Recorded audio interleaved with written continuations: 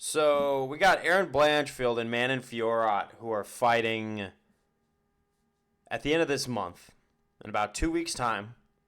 It's going to be a pretty interesting turnout. I honestly have Aaron Blanchfield winning, but Manon Fiorot with what she has done for women's flyweight and who she has put a stamp against also.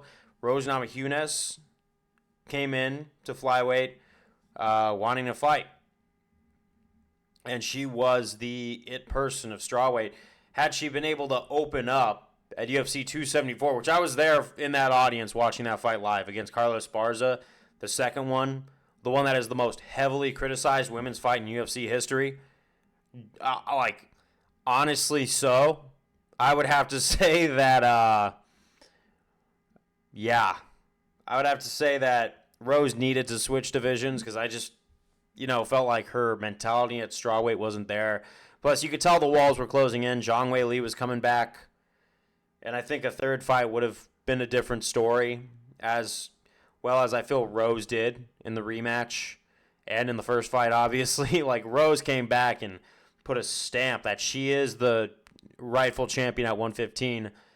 Now, do I think she beat Carla Esparza? I honestly think she did beat Carla Esparza the second time. I felt like that was a robbery, even though super boring fight. So for her to move up in a division that, is pretty mid talent-wise for what I'd see, for UFC standards at least, because there's not a whole lot of names we could pull out of women's 125 and say, oh yeah, no, we know that person, except for Valentina Shevchenko and, of course, Alexa Grasso. But also, it's like we got Aaron Blanchfield and Manon Fiorot, and those are the two most deadly women at that division, other than Shevchenko. And then we have Macy Barber, who's coming in to the mix. Now, I don't know who's going to win. I got Blanchfield. And if Blanchfield wins, she's going to be fighting for the title. In the meantime, if Macy Barber wants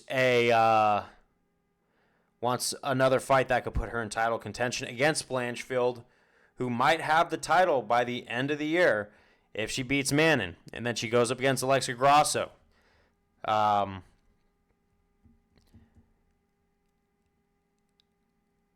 I think that Manon's going to move down in the rankings, not in weight, and then is going to fight Macy Barber most likely. And that's a fight that you would be able to tell people that, no, I'm not fighting someone like Shevchenko who's getting older, even though a Shevchenko fight, as much as I feel like her prime is slowly slipping away,